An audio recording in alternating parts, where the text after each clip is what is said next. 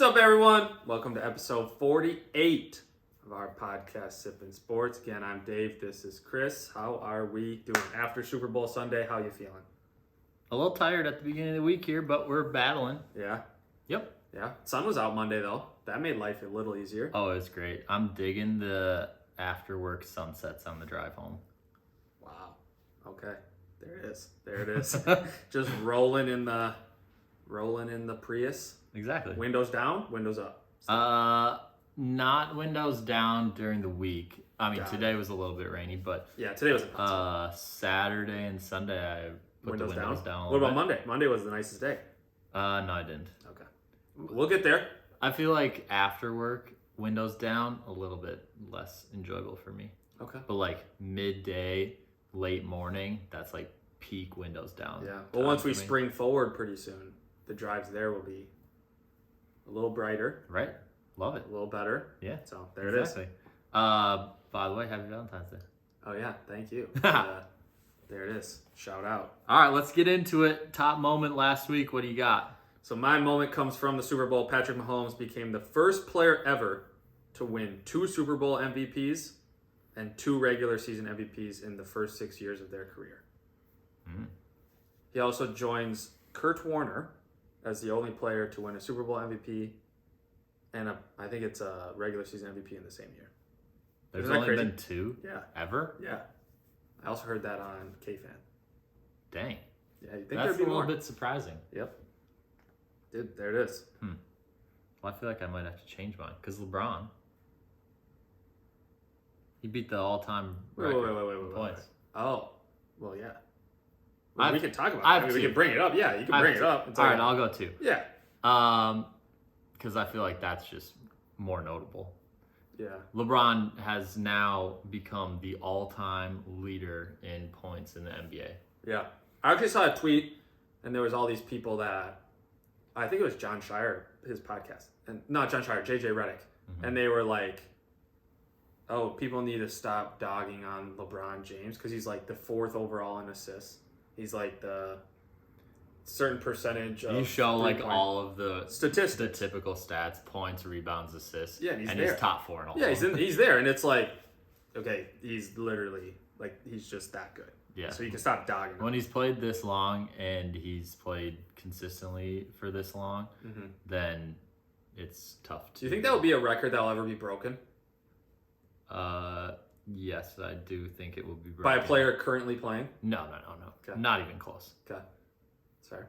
No, I mean you had to have a generational talent in LeBron James play for 20 years. I think like to get to where he's at right now, you have to average like 25 a game for 20 years.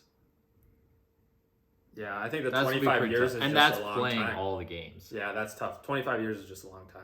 25 points, 20 years. Oh, 20 years. I mean, just saying even 20 years is a long time, especially if you're playing at that high a level. Exactly. It's tough. So, yeah, I think at some point it will be broken, but I don't think it will be for quite a long time. Yeah. What record do you think is the hardest to break? Or, like, does any come to mind for records that you think are that one? Yeah, that was the one that came to my mind, too. I think this is like the most talked about one. Which one is it? Cal Ripken Jr., 2,632 consecutive games played. Right. Because I think it's also, well, especially in today's day and age, but it's also crazy to think like never taking a game off and playing, like 100%. especially like in that. I mean, that's so many games. Yeah, so many years. that was the one that came to my mind, too. I think that's the one that's been widely talked about. Like that will never be broken. Which one do you think that's harder than LeBron's scoring record? Yeah, that's 16 straight seasons of never missing a game in baseball. Never 162, and you play 5-6 times a week. Like that's a lot. I think the difference is in today's day and age. There's like, oh, we played 3 games or 4 games. We're gonna give you a break. Yeah, Like 5 games. Like there's. I couldn't but even. the same could be said about LeBron's scoring record. I know, but that's the thing is like, let's say on average you play 70 games and you play for 25 years, 22, 25 years. You still have to average over 25. Oh, it's a points game. generational talent. I'm just saying 2016 straight seasons will never be touched. It won't even be close. Because people don't even play 162 games. Yeah, the thing about that one is it's straight games. For points scored, you could play 2 games and sit a game, play 2 games. Yeah. I mean, it would obviously take longer and it would make it way harder. But at the same time, like, it's not just you have to play every single game no matter what. 100%. And that's why I think that one will just never be broken. I mean, both of them, I think there's probably arguments for both sides, but I think. Yeah. Okay, so that was number 1. Number 2 is that this also has never happened before. But in the Super Bowl, the octopus hit, which is obviously something that hasn't happened in the other 56 Super Bowls, but it is when a player scores the touchdown and they also score the 2-point conversion on the same drive.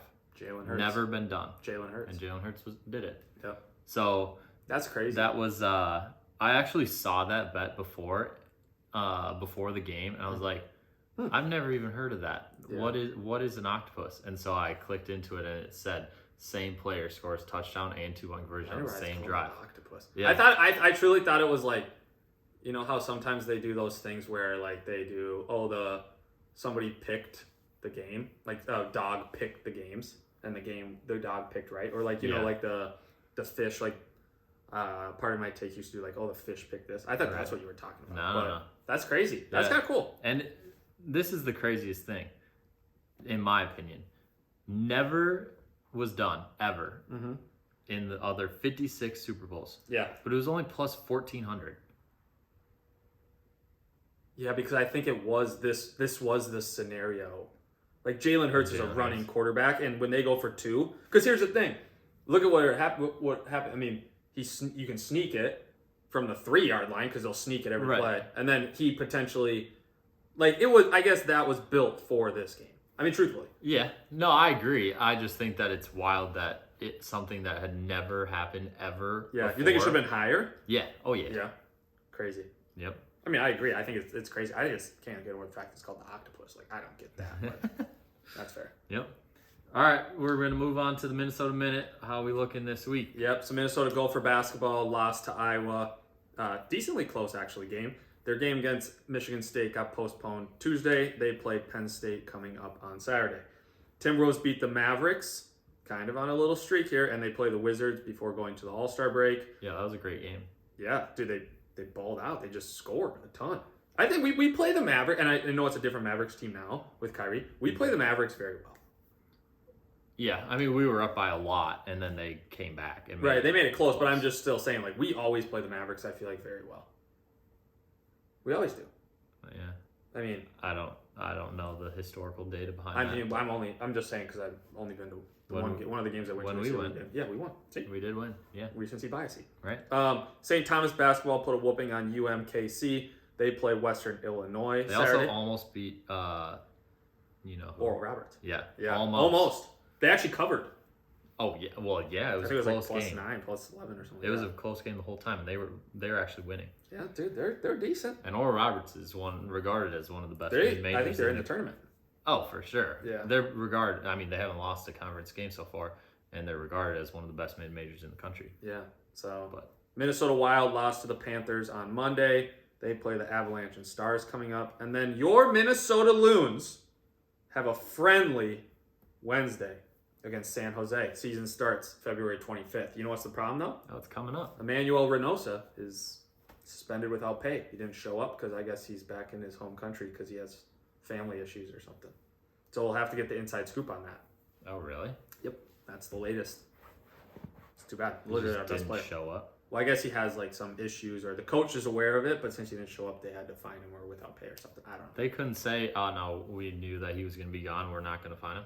Hey, I don't ask, man. They probably just wanted the money. Yeah, MLS is chipping for any dollars they can get, it sounds like. I guess. So, there it is. All right, nice. Betting recap. So Better week than the week before. We were both not hard to do, but we did it. We were both significantly under 500 last week, and we were both above 500 this most recent week. Yeah. So we'll take that. David, you were 57, 48, and 1. Numbers game, baby. Yeah. That puts you at 4, 4, and 1 NBA. 1-1 NFL, and 52-43 NCAA basketball. All right, let's toot our own horn a little bit. I know we don't do this often. Well, I do. But if you were to listen to the last episode 47, we gave out a few prop picks that we liked. Oh, we're doing it now? I'm just going to shout it out because it's on my brain, and my brain works if I don't right now. Yeah, forget about it. We gave anytime touchdown scorer, multiple people, actually only 2. Well, Travis Kelce and Jalen Hurts. Guaranteed. They were the 2 most likely. However, they also scored on the first possession. Yeah. Granted. But we did call it out. Yeah, so, and then we also First touchdown by the Chiefs. That was one of mine. Yeah, you also had As a first tight touchdown end. was a tight end. Yeah. Yeah, that one hit. And granted, we were going to hit no matter what on the coin toss because we both said different things, but that's still a win. Yeah, I did say, I was right. Yeah, I did say Chiefs. Narum said Eagles. Tough, but it is what it is. Yeah. So you can have that one all up. Yeah. I mean, to be honest, it was only a few prop bets, but anytime touchdown scorer, it would have won you a few bucks. Oh, I was on the under for the, or were you on the national anthem Were you on the under? for the game? No, for the national anthem. The national anthem, yes. I actually was low key also on the under for the game, and obviously that didn't hit. Obviously not. Yeah, that actually lost, I think, in the first half. But Not quite, but close. Yeah. So there it is. All right.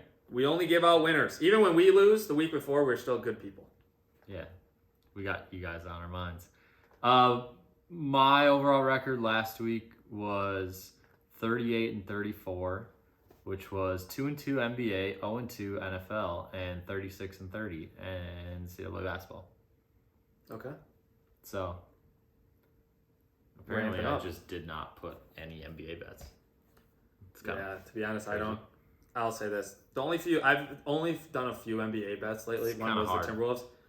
Yeah, I just get sick of the NBA because it's like, oh, this guy's not going to play. Well, that screws me. Yeah, you would have to do it like right before the game if you actually want to know who's playing. Yeah. Otherwise, if you know that some guys are questionable, sometimes you can work the line, Yeah. and then it changes a little bit. You know, like, oh, Luka's not supposed to play. The Mavericks are plus 2.5. Oh, he's supposed to play. They change to -2.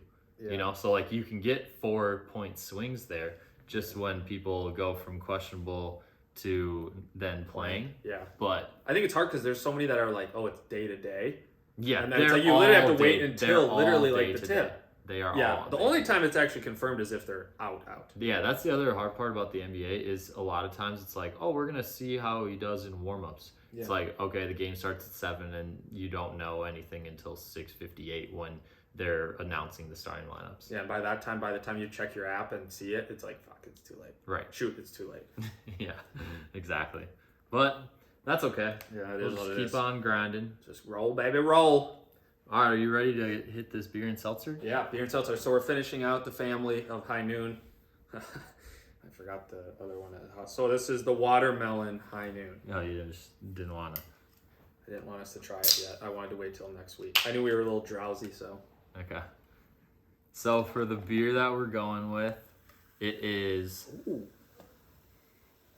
Decent. It smells like watermelon. Yeah, that's a good sign, some would say. The beer that we're going with is Lakes and Legends, so a local brewery over by Loring Park in Minneapolis. Yeah. It is the Minnesota Cream Ale, light and crisp. I kind of like it. What's the other really good cream ale? Oh, that. Castle Danger. Yeah.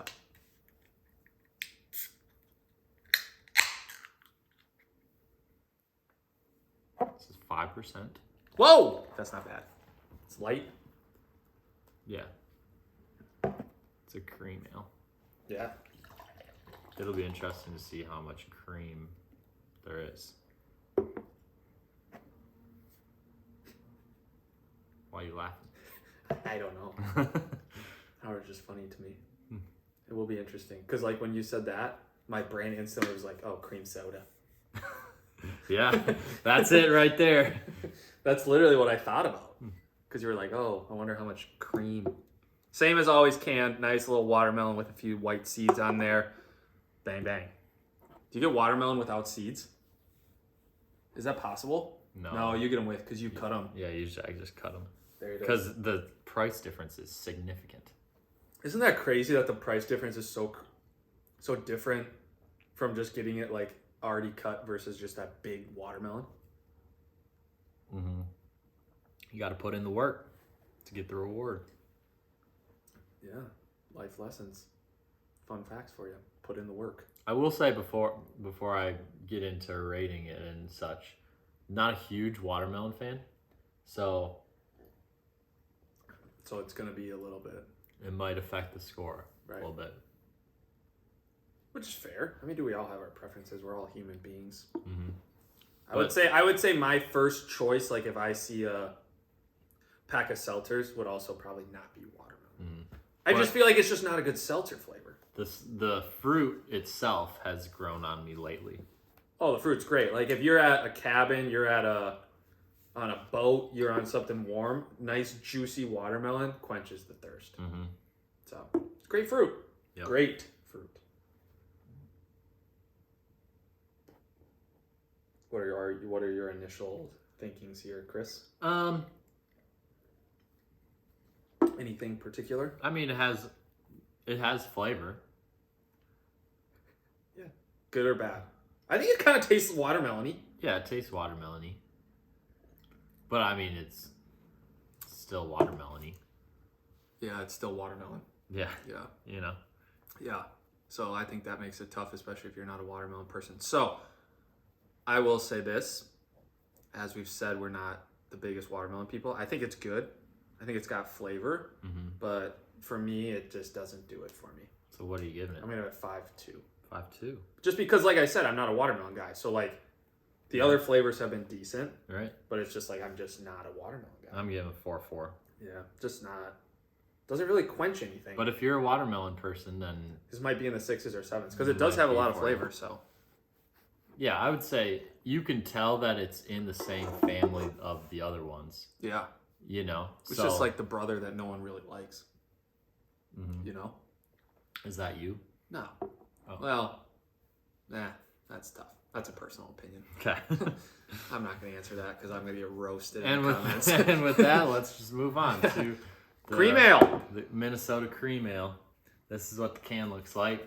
An ode to Minnesota. You got the tractors. You got the, what are these, silos? You got the cornfield. You know, oh, It's got its latitude and longitude on there. you think it's corn? Minnesota grown malted barley. So I would say no, it's probably barley. There you go. Yep, Lakes and Legends. Lakes and Legends. Right by the old crib, huh? Mm-hmm. Kind of. I think we only went there once or twice. Sounds familiar. Yeah, we went there a couple times. It's creamy. Smooth. Yeah, it's smooth, but it does have a And lot it's of cream. light. It's definitely light. It definitely has a lot of flavor. I think it's pretty good. Yeah. I would say light and crisp is a good way to describe it. Yeah, it's definitely, when it hits your tongue, it's definitely pretty good. Mm-hmm. Yeah. I mean, I like it because it's like a light beer. It's a change up from what we've had. I feel like the last few ones have been darker. You know what I get a feel for? Okay. Summer shandy without like the lemony. The lemony? Yeah. Yeah. Dude, summer shandy's pretty good. No, it's been on my mind lately. It's like, get me to summer. Dude, So that drink is, some I summer mean, I know shandy. it's probably a stupid comment, but like, that is literally summer. Is that top 2 summer beers? Yes. I'm trying to think of what would be number 1. You talking just like Maybe it's top 2 with not the 2. that's what I'm saying. It's definitely top 2. I just don't know if I'm going to put it at 1 or 2 yet. Mm-hmm. I agree. For beers, yeah, dude, it's great. Natter Days. Yeah, are those still a thing? Mm-hmm. I didn't feel like I didn't see as many last year. You want to know what I think that we should do? We haven't talked about this before. We should do This is live. one of those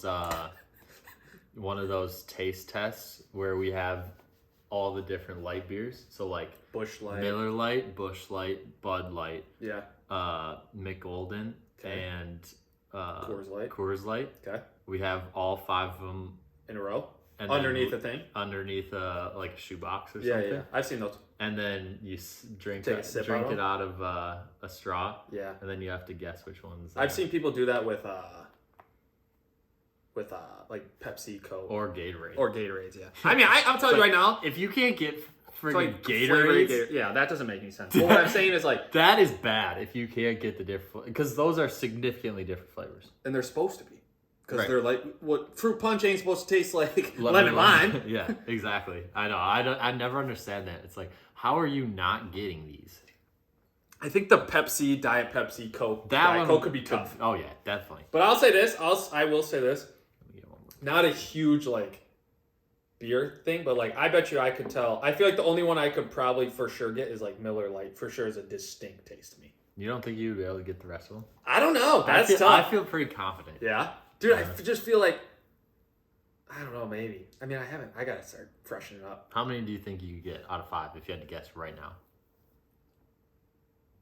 Because here's the problem. I want to say. You know that those 5 are the options. So like, Yeah, I would say guaranteed 2.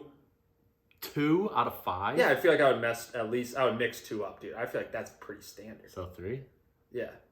Well, no, that you can't get. Oh yeah, 3 would be the other one. But I would say 2 for sure, possibly 3. I for sure would mix up 1 or 2. I just feel like the only ones I could distinguish. I think Coors Light's distinguishable, but like Mick Golden, I feel like tastes very similar to like Busch Light. No. Just saying. That's my path. I don't We'll do think it. so. We'll do it for you people. Yep. That's So- gonna be a good video. Let me get one more. It's kind of like our Reese's taste testing when you thought you knew the egg and you didn't know the egg. I think I was less confident in that. Okay, that's fair. The eggs. Oh yeah, this one was way better. Well, that's the cup, Chris. I'm a cup guy. All right, what are you giving this? I'm giving this a 6.4. I think Okay. it's good. I think it's solid. I think it's like a good light beer at a brewery. So this is something I truly would get at like Lakes and Legends or any brewery, local brewery. Yeah, I'm gonna give it a 7.4. Yeah, I think it's solid. It's got good flavor. I think I want to lengthen my scoring range Okay. a little bit, but Lengthen as in like widen the gap. yeah, like be okay giving things. So like better ones will 2s and have higher 3s. scores and Yeah. lower. Okay. Yeah, That's fair. so there might be some that we've already done that might be like translated to like from like a 7.4 to like a 8.3 or so. Gotcha. But gotcha. I'm making it known, I'm going to start lengthening. Got it. So I would say this is 7.4. That's very fair. Yeah, there it is. Easy to drink. Definitely something that I could get more than one of. Yeah. If I'm gonna get 2 beers at a brewery, like This I is- would be plenty fine getting 2 of these. Yeah. And I will say this, I think, Not overpowering of any. and we've flavor. said this from the last episodes and whatever, but like light beers are definitely easier to say, hey, if I'm gonna get More 2, than I would one. get 2. Right. But I do think there's a lot of flavor in a lot of these. So Yeah. Another way to tell is if you're watching the video, at the end of the episode, are the glasses empty or is there still liquid in them? Mhm. That is also a Telltale sign. good way to tell Yeah, if we 100%. liked it or not. Right, which I think is very fair. Yeah, So exactly. all right. All right. 5-2 for David, 4-4 for me on the watermelon high noon, and 6-4 for Dave, 7-4 for me on the Lakes and Legends Minnesota Cream Ale. And that's That's what a they review. call a review. There you go. Damn, I gotta get. Yeah, you gotta get. I don't go get the on full your game, thing. David. I say, I just go in. That's a review. You do the whole like, and that's what they call a review. Yeah, I So thought that was our tagline. it is. I'm just saying I need to figure out the tagline. Yeah, you need to get better. Yeah. 100%. Sharpen up. Yep. Sharpen up. It's like a pencil, and a pencil sharpener. Yeah. Anyways, plan for today. We're gonna a small sprinkle on the Super Bowl. Obviously, it already happened, so we're just gonna sprinkle on that. Then we'll break off of football for a little bit. Yep. We'll obviously bring it back up once the draft comes back around. Yep. A little bit before the draft, so we April can preview time. that. I don't really know when free agency is off the top of my head, but if that's either before the draft or after the draft, we'll also circle back on that, and then Otherwise, March 15th. Okay, so March free 15th. agency. April is the draft. You said April is the draft. Okay, so we'll be done with football for I guess only a couple of weeks. Yeah, only a couple. That's of weeks. The crazy thing about NFL is there's always something. Right, but I think that's the difference. Is we'll kind of step off NFL, and that's when all of a sudden March Madness is. March. Yeah, peak March Madness. So there you go. So anyways, small sprinkle on the Super Bowl. Then we're going to talk about the NBA trade deadline that happened last week. Crazy. There was a ton of trades. Yeah. So we'll go through, we'll say most, if not all of them, but then we'll go a little bit deeper into the more notable ones. 100%. But then we're also continuing our series on college basketball. We're talking Big 12 today. So one of, if not the most likely conference to produce the national champion. Yeah, I would say definitely has the right. Yeah, we'll get into that. I mean, the last two national champions, Kansas last year, Baylor the year before, and I think could be repeat this year. Not with Kansas, but repeat Big 12. It's possible. Yeah. All right, let's get the Super Bowl here first. Yeah. So Chiefs won 38-35. What'd you think of the game? Thoughts? My initial thoughts. And, I think a lot of people will probably say it or are upset. They're like, oh, that pass interference or holding call shouldn't happen. Hold, yep. Yeah, it was a hold. But I think here's the difference. What I think is what's great about it, and I think a lot of the Eagles players came out post-game and talked about it. They all said the same thing. It happens, but, that one play isn't going to define the whole game. People forget that, okay, Jalen Hurts literally fumbled without anyone touching him for a scoop and score on the defensive end. Mm-hmm. Then you have other plays that, you let Kadarius Toney run away from 6 guys for a punt return. Two of the touchdowns, the guy was literally wide open. So I think their defense kind of struggled. But I will say this. No sacks. Yeah, no sacks. I don't think a lot of I don't remember a lot of sacks in the whole game, to be honest. Well, the Eagles had 0. I don't think, I'll look right now. I don't think the Chiefs had very many either. I'll say this. I don't really remember besides the scoop and score turnovers. There was no interceptions. No turnovers. Other than the 0 sacks to 2 sacks. Okay. So 2 sacks. Yeah. And so, I think it was one of those things where, I think the Eagles are a very good team, and they showed they're a very good team. They just obviously had a few that, like I said, that turnover was huge. But, I think the noticeable thing was, how was the field conditions that bad? Yeah, it wasn't good, especially when they came out and said, oh, we've been prepping this grass for 2 years. They spent $800,000. Yeah, and they prepped it for 2 years. And it was trash. Yeah, it was not good. And like I said, nobody on the Eagles, nobody on anyone was blaming anything, but because they were oh, they played on the same grass, but you cannot have that. Right. You just can't. It wasn't a good look, especially when it came out how much they spent and the time that they spent on the field. Right. And it's just dude, you're slipping all over the place. It is what it is. And players had to change their cleats multiple times. Oh, yeah. So here's my question. Yeah. Do you think it would have been different field conditions, or do you think the same result? I don't think it changed the game. Same result. Yeah. Both teams scored 35-plus points, so it's not like the offense changed anything. There was a couple times where ankles were broken. Well, and I think, I don't... One specifically comes to mind when one of the Chiefs guys caught a pass and just absolutely... Tried juju. Oh, no, it was one of the Eagles guys, and they broke, Trent McDuffie and his ankles and a couple other guys. Yeah, I think there was a lot of, when you look at it, I don't think it would have changed the game. Like you said, I 100% agree with that. Mm-hmm. I just think it's one of those things where it's just yeah. It's just ironic that literally the last play of the game, Jalen Hurts, granted it was a Hail Mary, he slips in the Hail Mary. It's just he slipped, and the kickoff. Oh, the kicker. He slipped. Yeah. Jake Elliott. Still no return. 0 returns, all touchbacks the whole game. Yeah. Brutal. No, I would say my thing about the holding call was it was just unfortunate that took away the opportunity that the Eagles would have to go down and tie or win it. 100%.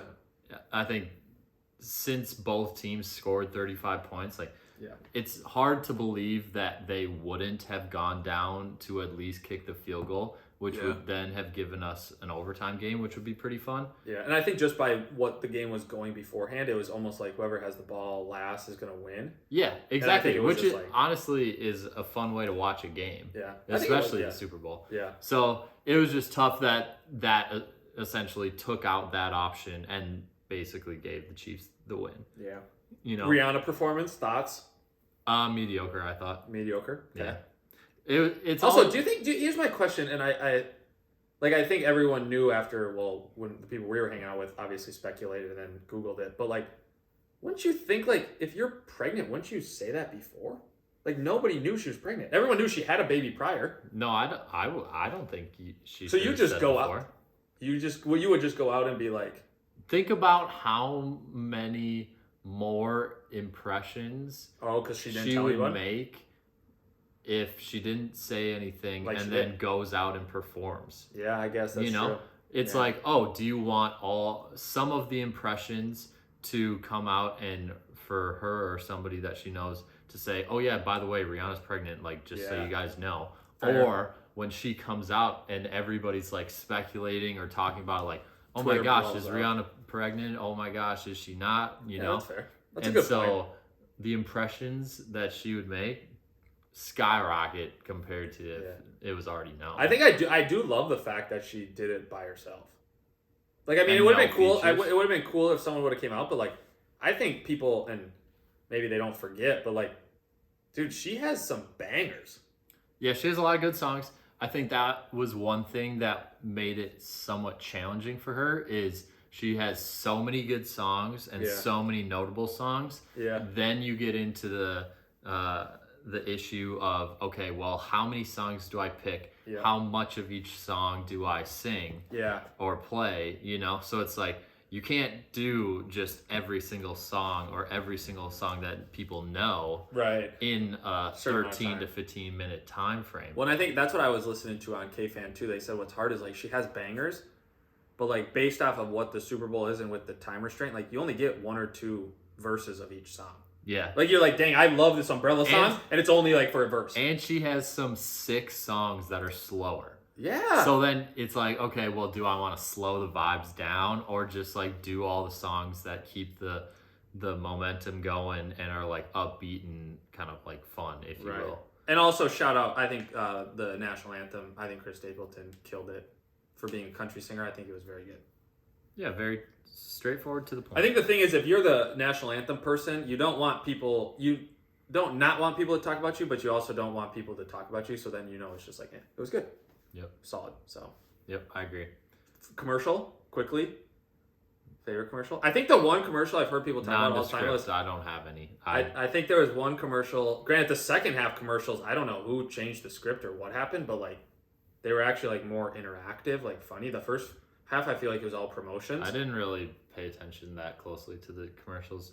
The only one I really did actually notice was was it like Fubi TV or no, Fubu? Tubi. And it was funny because now you see people's reactions on Twitter and they're like, people are getting pissed. People are like, where's the remote? Why would you change it? And it's like, good for them. Yeah. Good for them. And that didn't happen where we were watching, but I could definitely... Well, I don't think anyone knew, like everyone saw it and everyone was like, it went so fast that I think if it would have gone for 10 more seconds, I think people would have been like, dude, what the hell? Yeah. Like, where's the remote? But yeah, so I mean, I think it is hard, like we talked about, it's hard to have commercials when they cost $7 million. Yeah. Who's going to pay $7 million for 30 seconds? Right. No one has that. Well, that's where apparently some people have been saying that that's one of the benefits for being the halftime performer is you basically get a 13 to 15 minute commercial, if you will. Yeah. And you don't get paid. Yeah. That sometimes they have to pay, but if you were going to buy a 30-second commercial, that's $4 million right there. Yeah. You get 13 minutes and you have to pay. The average I saw was like $7 million. So rather than a minute where you have to pay $8 million for two 30-second commercials, you get 13 minutes where you can do whatever. I mean, Rihanna showed her baby bump and she came back on the scene, so it's like, what's the better play here? Super Bowl halftime performer or paying for two commercials? Right. Yeah. So another way to think about it, which I never had thought about. I miss before. those old commercials, that's for sure. They were funny. Yeah, I mean, At I ours, didn't even- I don't I think you didn't could even even. look. I mean, to be honest, at wasn't even watching. our event, I don't even think you could have had a chance to hear anything No. anyway. So it didn't matter. Not at all. But yeah, it was a good time. And with that, That's NBA or that's NFL, and so we'll wrap it up till next year. Wrap up the 2022 NFL season. Dun-dun, dun-dun. All right, let's get NBA. NBA Fire up. Trade deadline. A lot of news and notes. Ton of movement. I'm gonna do my best to crank these out, and then maybe we do like top 2 or 3 each. Well, we'll probably have some of the similar ones. Yeah. Top trades. Yeah. But maybe we can just spend some time talking about that. Okay. All right. So starting at the farthest back. Okay. First one would be Kyrie Irving to the Mavs. They traded Spencer Dinwiddie, Dorian Finney-Smith, a 2029 first, and 2 seconds to the Nets for Kyrie Irving. Okay. That was what also kind of just like started the motion for everything, or at least a lot of the big ones. Next, the Blazers traded Josh Hart to the New York Knicks. Cam Reddish and some second-round picks came back to the Blazers for that one. So where did Cam Reddish go? The Blazers? Cam Reddish on the Blazers. Josh Hart's on the Knicks.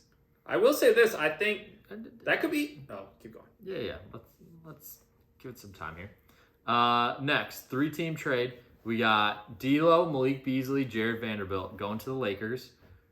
Going to the Wolves was Mike Conley, Nickeil Alexander-Walker, and 3 seconds.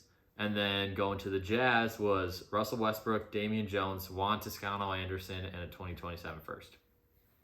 I think that's crazy. A lot going on in that 3-team trade. Jakob Poeltl goes back to the Raptors, and they traded Ken Birch, 2024 first, and 2 seconds to the Spurs for him. Next, big one, KD to the Suns. Suns gave back Mikal Bridges, Cam Johnson, Jay Crowder, 4 firsts, and a 2028 pick swap to the Nets.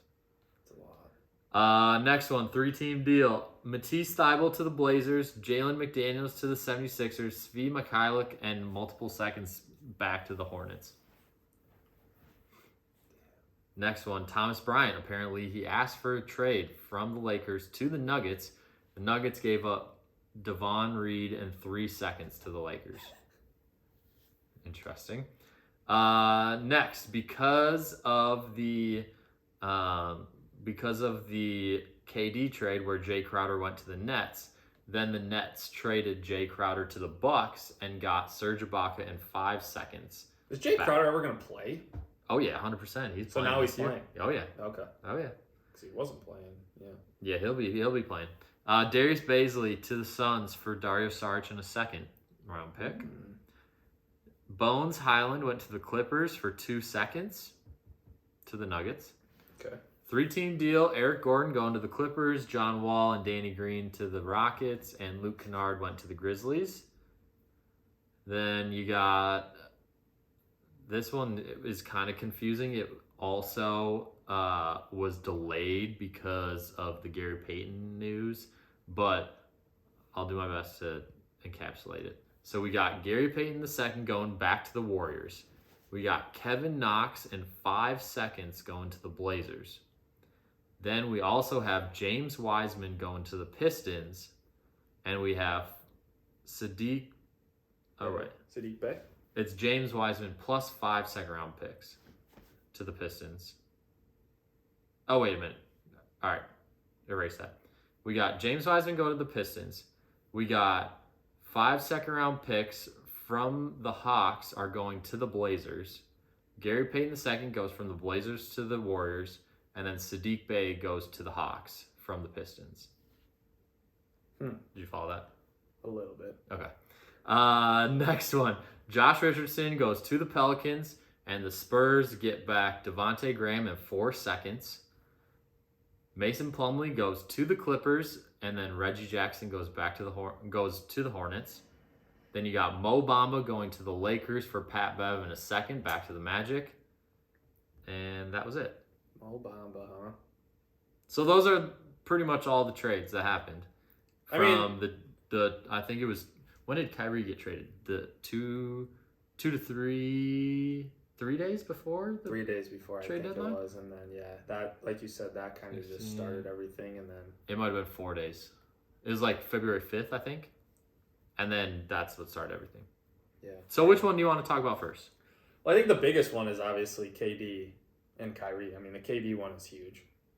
Yeah, let's start Kyrie. Okay. Because that one happened first. Okay. So Kyrie goes to the Mavs. Mavs trade Spencer Dinwiddie, Dorian Finney-Smith, a 2029 first, and 2 seconds back to the Nets. Yeah, it's a lot. Who do you think won the trade? I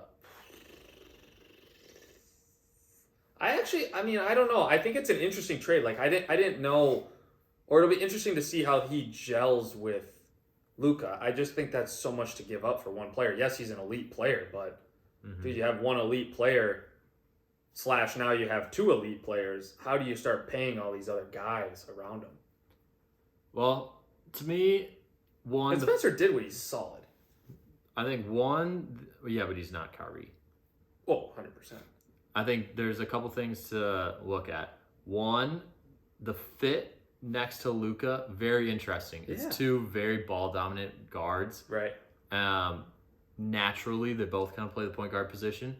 So that will be interesting. I mean, it's obviously 2 very skilled players and very talented players. So I think they'll figure it out, and they've started to. I think it also helped that the first, I believe, 2 games that Kyrie was there, Luka didn't play. Yeah. So then he could get Adjusted to it. gel going with the other guys. Right. And then you add Luka back in, and they're already used to playing with Luka, a ball dominant guard. So now it's just up to Luka and Kyrie to figure out playing together versus everybody else having to figure out playing with Kyrie and Luka all at the same time. Yeah, I think it will be interesting to see how they gel. Like you said, obviously it's 2 elite players, so it's just like I don't know. Yeah, the other aspect to keep in mind is Kyrie is a free agent after this year.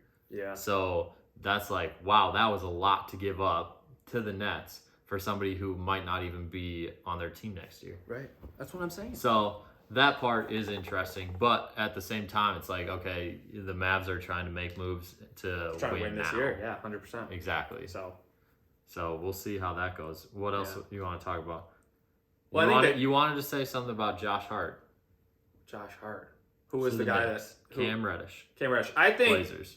Cam Reddish is a good scorer. I truly think Cam Reddish is a good scorer, and I think Portland gives him an opportunity to showcase that. Obviously, like Dame Lillard is unreal, but like I think having that next to him is a good fit for him. Well, Cam Reddish hasn't done anything for the Knicks. Exactly. He was pointless on the Knicks. I think he has potential. That's what I'm saying, and you kind of open that up now. Give him a new beginning, and hopefully he can do something with it.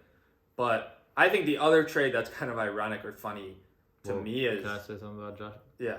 I think Josh Hart will fit. I feel like Josh Best Hart friends with Jalen Brunson. That is one other thing. Right now he's coming off the bench, but I do think that he just has like a vibe that he could be a big Thibodeau guy. Like I feel like he just kind of like fits the mold of just like grinder. He's one of the best like smaller rebounders in the league. Yeah. And so it's somebody that's just like a grinder, which I feel like gels with what Thibodeau is looking for. Yeah. I think Josh Hart's a solid player. I think Josh Hart, he just kind of fits the mold. He's never going to be the number 1 guy on the team, but I think he kind of fits that mold, and he's solid in what his role is. Exactly. But I was going to say the other funny trade I think about or see is, the John Wall trade is just funny to me. Goes like 2 weeks after he dogs every Rockets teammate. Granted, I think they waived him already.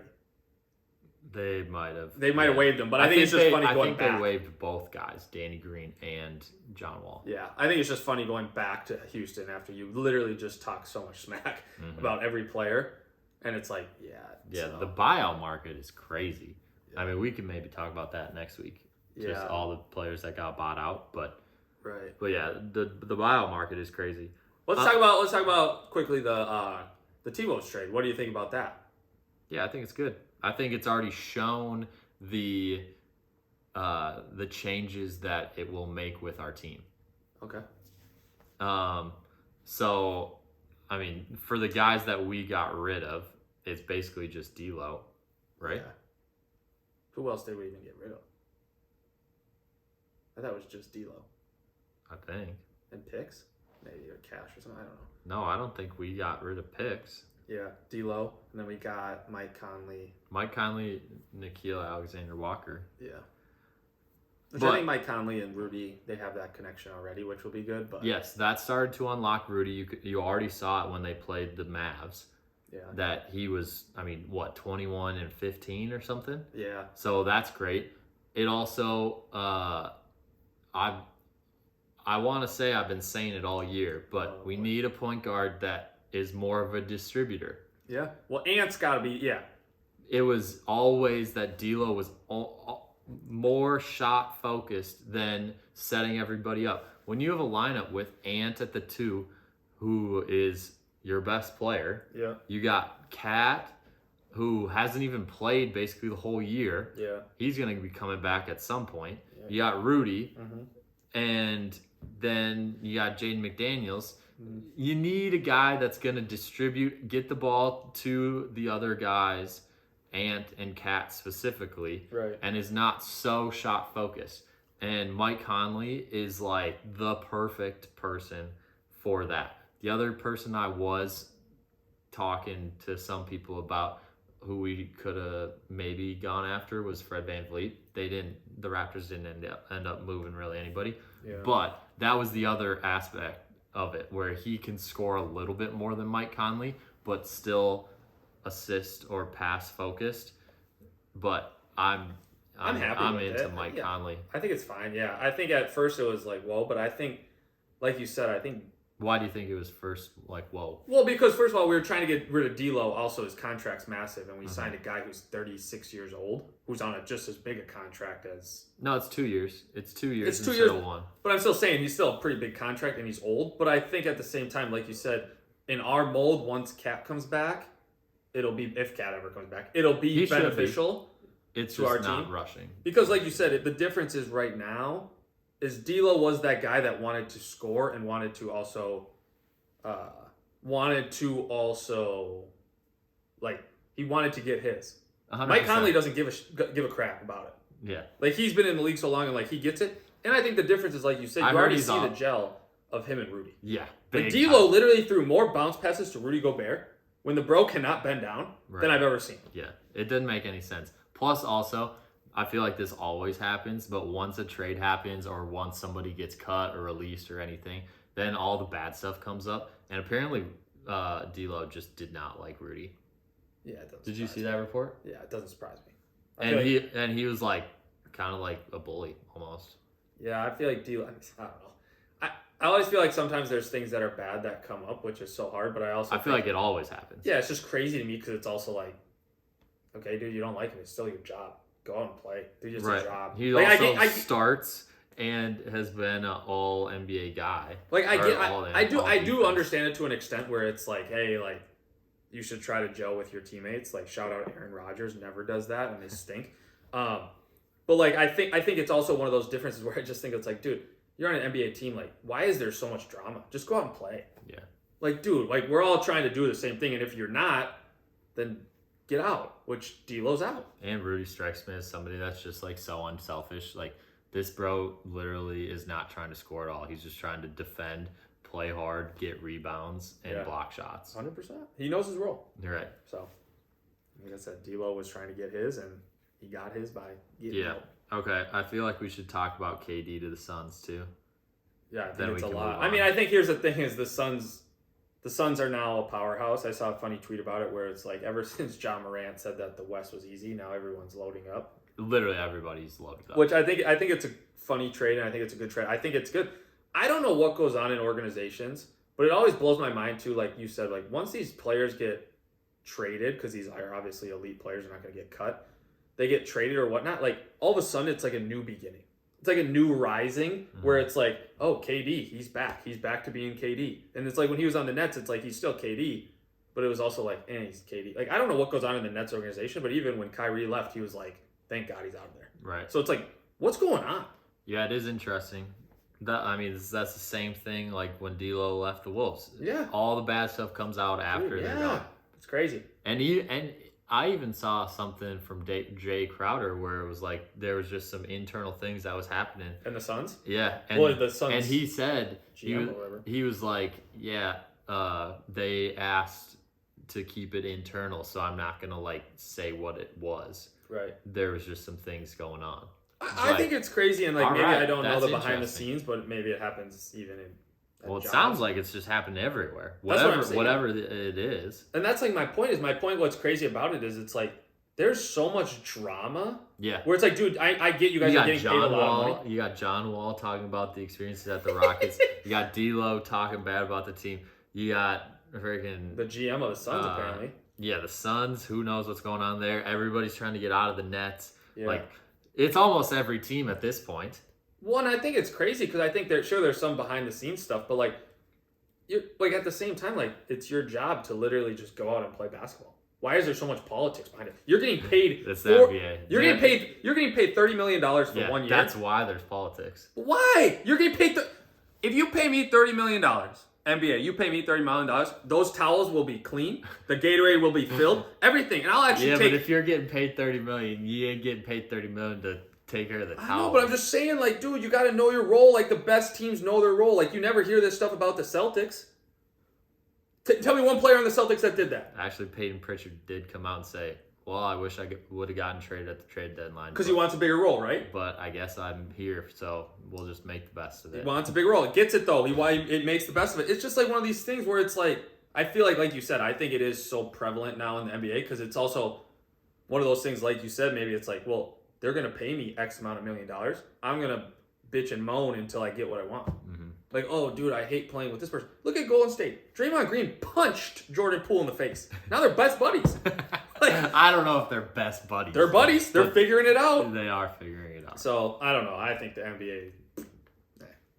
And some of these guys are just so babies that they know it, like, willing to sit out a whole year, and then they know they're going to go get $50 million somewhere. It's like, dude, John Wall's getting the bag. John Wall's getting the bag, and he's played, what, the last 2 seasons? He's played this year, but... This year, yeah. But that was actually... I mean, I don't know how much you caught up on when he was on a different podcast, but he was just saying, like, that was basically the Rockets' decision. 100%, dude.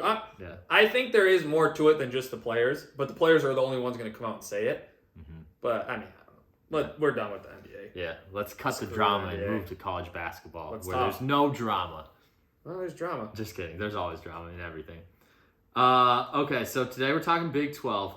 Like we mentioned before, most likely one of the powerhouse conferences, a pretty decent shot that one of these teams will be at least in the Final Four, I would say. I feel pretty confident in saying that this conference has a better than likely shot that they'll have at least one team in the Final Four. Yeah, I could actually see 2 teams being in the Final Four, but yeah, I get 100%. I would say in terms of probability, like that's if there's not a team from the Big 12 in the Final Four, then I would be shocked. Yeah, I 100% agree with that. Yeah. Okay, so like we had before, do you want to start preseason picks or like where they were selected? Because let's go preseason. I think it's eye-opening. Yeah. Okay, so preseason to start. I can't remember. Do we start at the bottom or bottom? Okay, so we start at the bottom. Kansas State was actually picked to finish last. Weird. Okay. Let's see. This is, I think, the coach's poll. Okay. Yep. I think that's what we used before too. So that's good. I think we were trying to figure out which one we wanted to use. Okay, so Kansas State picked last. Yep. Second to last was West Virginia. Okay. Then Iowa State. Okay. Oklahoma. Yep. Tied for 5th was Oklahoma State and Texas Tech. Then next was TCU at 4, Texas at 3, Kansas at 2, Baylor at 1. And I would consider the top 4 significantly higher than the tied for 5th, just based off of the points. Okay. And there's also a semi-significant gap between Baylor and Kansas, and then Texas at 3. Okay. I mean, I think here's the thing, and like we just said, I think though this conference has been like the powerhouse conference. Like I get like here's the thing. What's crazy is I think you said who was the last place team projected Preseason? Yeah, Kansas State. Kansas State, and I think Kansas State has showed. What's the transfer kid name? Why can't I think of his name now? From Florida. Keontae Johnson. Keontae Johnson has played well. They've played well. I think there was just more questions because they had a new coach. Yeah. They had transfers coming in. They had guys that hadn't been around the block, if you will. Right, and I think they've kind of obviously way exceeded. They're number 12 in the nation right now. Way exceeded expectations. I mean, here's the thing. There's one team in the Big 12 that's overall below 500, and it's Oklahoma. And they're 12 and 13. Yeah, I have seen people say that this is a very top-heavy conference as it's gone on, which I think is kind of interesting, especially when you only have 10 teams. 10 teams and 8 of them are projected to go to the tournament. Yeah, exactly. So what's top-heavy? That seems like it's pretty much the whole thing. Top-heavy, as in 8 out of the 10 are projected. Pretty good odds. It's also interesting, now that I'm looking at it, there's only 10 teams in the Big 12. There's 14 in the Big 10. How does that make any sense? Well, there's about to be more. Because UCLA and USC. Yeah, I know. We keep adding. I've just seen that and putting two together, and that doesn't really make sense. Yeah, but I think here's the thing, and I think when you look at this, like, so right now, if you go to the current standings, you have Oklahoma, who's at the bottom, 2 and 10 in the conference, and Texas Tech. So I would say Texas Tech is probably a pretty big disappointment. But just last night, yeah, they played Texas. Exactly. Who is number one? Number one. Tied for first, yep. And they beat them. Exactly. I'm telling you, I don't care who you are. Every single one of these games is close. Mm-hmm. And so you have Texas Tech. Then you have West Virginia. Look at that. 11 and 4 at home. Exactly. Texas Tech, the second to last team in the Big 12. I think that the trend is now the teams that you'll see at the top of their conferences figure out a way and find a way to win on the road. Because everyone wins at home. Yeah, literally one team, Oklahoma, last place in the Big 12, is 7 and 6 at home. Yeah.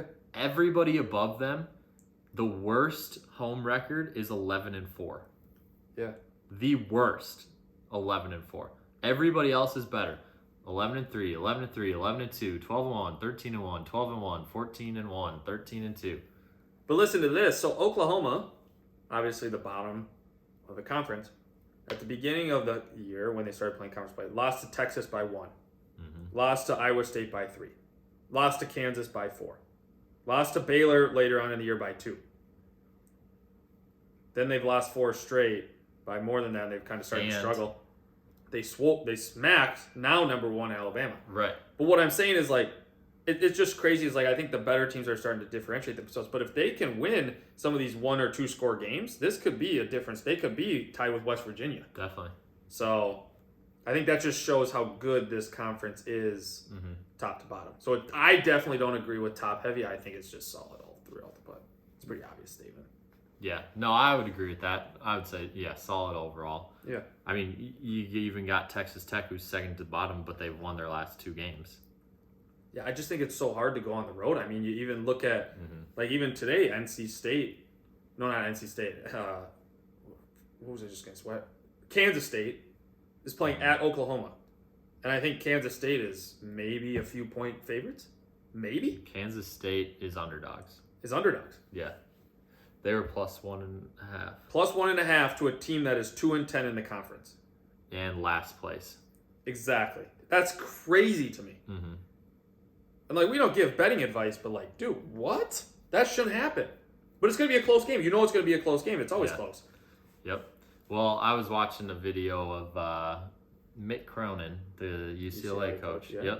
And he was like, good teams find a way to dominate at home and steal some on the road. You have to. You can't expect to go on the road against the other good teams in the conference.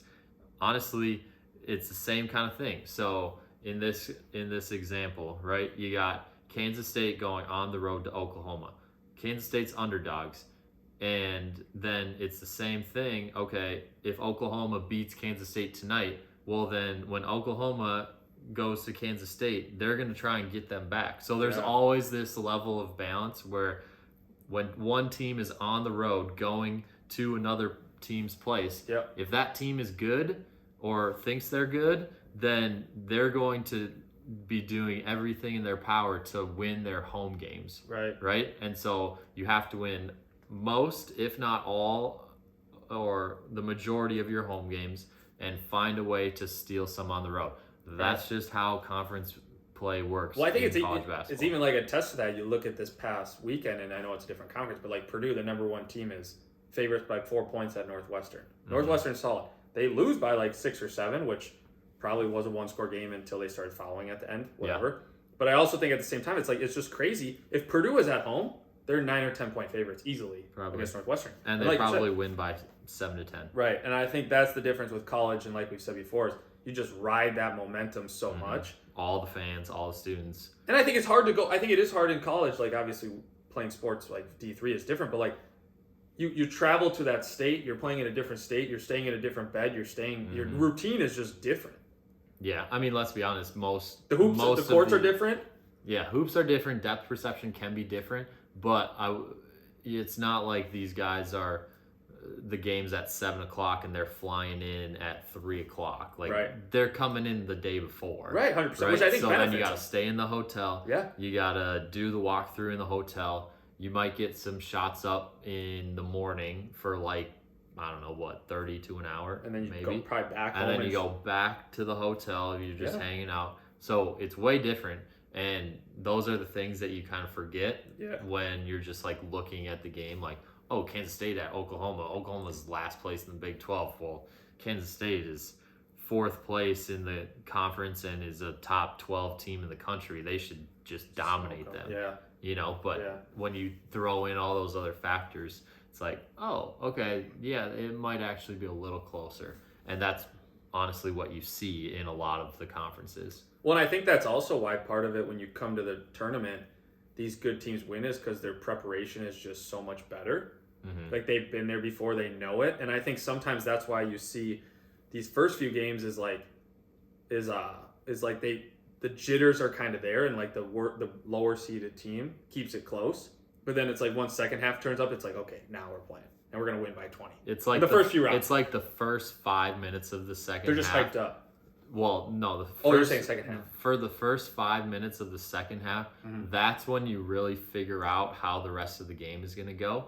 Because in the first half, like you said, it's like, oh, there's so much energy. The lower seeded team can sometimes stick around. Yeah. And sometimes that can last the whole first half, right? So it's a 2-point game going into halftime. Right. The first 5 minutes of the second half, if the underdog is still able to make a couple shots or keep it close, then it's like, holy crap, like maybe we aren't as good as we thought we were. Right. Well, I think it kind of they're better than we thought they were. Yeah, and it's also a perfect time to live bet, but it's also like one of those things where it's like you said, it's like those first few teams, and then at the beginning of the half you kind of see it, or even at the end of the first half, because it's just different when these top seeds go to their bench, they're just elite players still. These other smaller schools, when they go to their bench, it's a significant more drop-off compared to these elite teams. But like you said, I mean, there's always teams. Oral Roberts was last year, St. Peter's, whatever. Like, there's always teams that just... Oral Roberts was 2 years ago. Or 2 years ago when they beat Ohio State. Last year, though. But it's like the same... It's like kind of the same thing. It's like these teams come out and they just can shoot the ball. And they have nothing to play for. Like, they really don't, though. Like, they're just happy to be there. And it's like you start to see this and they're like, start raining threes and you're like, whoa, this team is down by 6. The better team is down by 6 and there's 10 minutes left in the second half. Is this going to happen? And it always happens once or twice. But I don't know. I think this, going back to the Big 12, I truly think if I had to pick one team. Who do you think has the best chance to get to the Final Four? You can only pick one team. I'm taking Baylor. Why? Because I think Baylor has solid guards. I think they play solid and they're starting to find their rhythm right now and they're rolling. So I would take Baylor. I think the other team. Well, you say your other thing. And who do you think? I'd pick. Can't pick Baylor. No, I know. I'd pick Kansas. Yep, I would say Kansas. I think here's the deal. I think Texas is a solid team.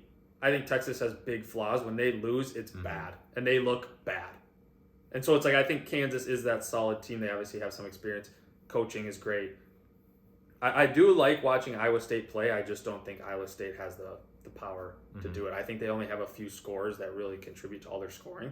And if those guys can't shoot, they're done. I think the hard part about Texas is they've just had so much happen this year. Oh, yeah, with coaching and everything. And... Yeah, exactly. So when you have all of that happen, it might not drain you in the moment, but like when you get to the end of the season, yeah, it's just like mentally and physically draining. And so I think that adds up, and it wears on you. Yeah, definitely. And so here's the question. So out of these 10 teams, I know right now the bracket has projected 8 teams. Do you think 8 teams will be there? Well, who's the closest? What's West Virginia projected? They're like 10. A 10 seed right now? 10 seed. I could see West Virginia dropping off and them getting 7 in. 7, yeah. I think West Virginia will fall off too. I just think. The other question mark is, okay, if West Virginia falls off, does Texas Tech bump up? I mean, they've won 2 in a row. Mm-hmm. They just beat Texas, who's a quad 1 win, right? Mm-hmm. What's Texas ranked? They're 6. 6, so yeah. And they just beat Kansas State before that. Right, so they've beaten 2 top 12 teams at home, but still quad 1 wins. Mm-hmm. So that helps their resume. They're 14 and 12 overall. If they can stack a couple more wins, who do they play? They got so they actually play West Virginia. They got TCU and they got Kansas coming up. At Kansas, that's going to be nearly impossible for them to win. I think they'll have to win out. No, I don't think so. I think they'll have to for sure beat West Virginia. If they lose to West Virginia and Kansas, they're done. There's no chance. You can't lose 2 out of the next 5. You have to go 4-1. You have to beat West Virginia because that's the team that's right above you. Yeah, but the thing is, it's at West Virginia. That's going to be a tough game. I'm not saying it's not going to be a tough game, but I think they can win 3 out of their last 5. You're also 3-10 in the conference. I think they can win 3 out of their last 5 in the regular season and win. If they win 2 in the Big 12 tournament, then I think that they have a decent shot. And then West Virginia's out? Mm-hmm. Yeah. I mean, West Virginia's lost their last 2 games, and they're just significantly better at home. 11-3 at home. They also have to play at Kansas. Yeah, so that's a loss. At Iowa State, probably a loss. This will be a big game, but I think this is the biggest game. I think if they beat Texas Tech and they beat Oklahoma State. So what do you think they're going to go in? I think they're going to go 2-3. So I think they're going to go in. So they're 2-3. Yeah. And Texas Tech's 3-2. But losing to West Virginia. Right, but regardless, 3-2, 2-3, then they're tied in the regular season standings. If West Virginia wins less games in the Big 12 tournament, then how would they get in ahead of them? They would have the exact same regular season, or they would have the exact same overall record. They would have the exact same Big 12 record, and Texas Tech would then win 2 games in the Big 12 tournament. West Virginia, at that point, you probably aren't able to win. Well, how does the Big 12 tournament work? So, like, do the teams get buys? Yeah. There's 10 teams, so I would assume that the top... do like the top 6 get a bye? And then 7 plays 10, 8 plays 9? I could see that, yeah. And then 4 plays 5, 3 plays 6, 2 plays the winner of 7-10, and 8-9 plays the winner of 8-9 plays the number 1 team. So West Virginia, if everything finished right now, would play Texas Tech in the first round. So if they can win, yes. If they can beat them, I don't think they're going to win 2 in the tournament though, or the Big 12 conference. Oh, okay, then 1. What happens then? Now they're if they're 3-2 and beat West Virginia in the tournament, they will be. Yes, they should go. They're very. If there's 8 teams that go, if there's only 7 teams that go, both of them are done. Well, right. So if there's 8 teams that go, if they win, yes, we're talking. Yeah. But the other hard part is, okay, you also have to think Texas Tech beats West Virginia in the first round of the Big 12 tournament. Well, they're going to have to play Baylor or Kansas, most likely. Yeah, but... that's an L. So if they have a good showing there... Yeah, I don't know. I think that's tough. That's tough. But I think like you said, if both teams go 3-2, whoever wins that first round will... If there's 8 teams that go, the hardest part is you said West Virginia goes 2-3, which I think is 2-3. So they'll have the same record. Yeah. And then whoever wins that first round. Yeah, they would both be 8-9 most likely. Screw it. Take them both out. We don't want them. Yeah, I think most likely is 7, but 8 is possible with one of those. There you go. Yeah, I think I mean, we both said who we think's. I think here's the thing too, though. TCU is a solid team. Their best player is hurt right now. They've had a lot of injuries. I believe their best 2 players. So 2 players. I think it's Mark Miles and the big guy. What's his name? Oh, I don't know who the big guy is. I only know Mark Miles. Who's their big guy? Keep going. Lampkin. Eddie. He's been out for a while. Is he coming back? I don't know. It's the 2. Oh, he just played. He is? 18 minutes. Yeah, against Kansas State. 0 points. Boy. Yikes. Hey, he's a good player. I think I remember watching him. He's the guy with the crazy hair, and like he was going crazy. Well, he's huge. He's Also, 6'11". it's Mike Miles, but we said Mark. But that's okay. But Damn. he'll be back. Close. He has a hyperextended knee, which is crazy. He's a good player, though. He is. Yeah, no, he's good. He's good. Yeah. So if he can come back, I think they'll be solid. But dude, the Big 12 just beats each other up. They're all so good. Yeah, they are. So. All right. What else? Anything else for the Big 12? What else do you want to talk about? No, that's all I got. Do you think there's a team that will make it, but is on watch for first round upset? I would say my team is Iowa State. I'm going to say it, Iowa State. I just think they rely a lot on their shooters. And I think sometimes if your shooters go, like Gabe Kalsher, they rely on, and the other guy, who's that transfer kid? Caleb Grill. And if they struggle, I don't know. I don't like it. But I think TCU could be, depending on injuries. But then I also think Texas could be out in the second round. Like if I think they're projected a 2 seed right now. Yep. If they get matched up against a good 7 or 10 seed. So right now it'd be San Diego State or Texas A&M. See, I think San Diego State. I think honestly either one of those teams could give them a run for their money. Yeah. Maybe Texas gets bounced. But yeah, I would say probably one of those 2 teams, TCU or Texas. Yeah, tough. I don't think Baylor, Kansas, Oklahoma State's been dominating lately. They've won 5 in a row. Until they have to play Kansas now. But yeah, they're down by 2 points. Yeah, I think it'll be good. I mean, I think here's the thing: is they have to go at TCU. They have 3 of their last 5. Okay, at TCU, depending on the health, win or loss. Yep. But you look at it. They just went to Iowa State, at West Virginia, Texas Tech, home against TCU. Yeah, they won their last 5. Yeah. They've beaten 7 of their last 8, actually. Swept Iowa State. Yeah, that's not bad. Yeah, they've come to play. Oklahoma. I mean, they'll probably win 2. If they win 3, then they're probably feeling good about their last 5 after Kansas. Yeah. So. Yeah. Who do you think's coach of the year in the Big 12 this year? That's tough. I would probably say Kansas State's coach. 100%. I don't know his name. This was the same exact question that we did last week with the Big 10.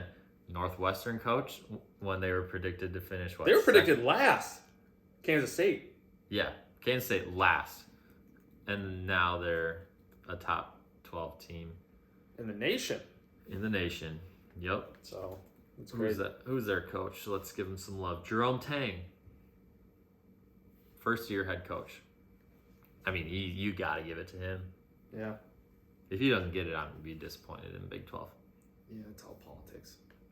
Yep. Bill Self will probably somehow get it. Nah. He's won enough of those. And they were projected to finish at the top, and they're at the top, but not significant. That's what we said last week. Yeah. If you're projected to finish at the top, but you're significantly better than the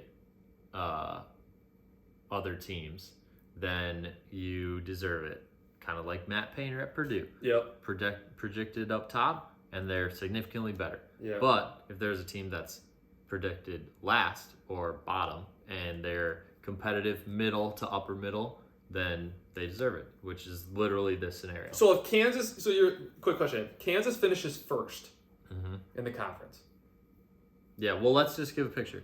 You got 3 teams with 4 losses, 3 teams with 5 losses, and everybody in there is either like 7-5 is the worst, 9-4 is the best. And so there's, what is that, 6 teams within a game and a half of everybody. With Well, 5 here's the games thing: left. is a lot of these games. So like Kansas State playing right now, Right. Oklahoma State playing right now, Yeah. TCU. So like if Kansas wins today, currently on Tuesday, they'll be 9-4 as well. Or if Kansas loses to Oklahoma State, then they'll both be 8-5. Exactly. So everybody's close. Everybody's close, but I think What so. do If you say? Kansas finishes first, you still think it goes to Kansas State.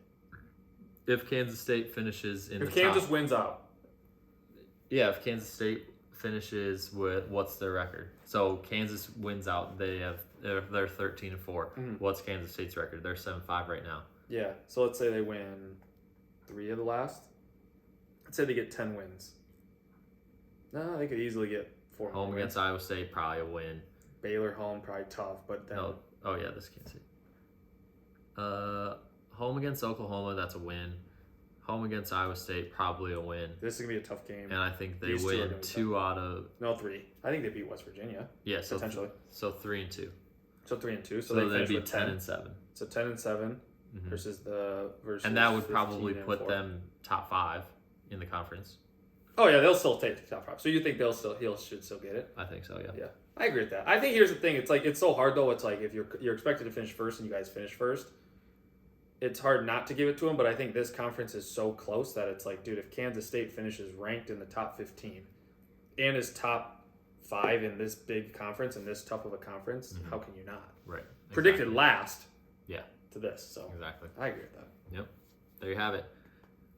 I think that's enough Big 12 talk for the day. Yeah, that's all I got. I was trying to think of a snazzy Close. but No, we'll just go. my mind failed me. All right. See you next week. All right, peace. Peace.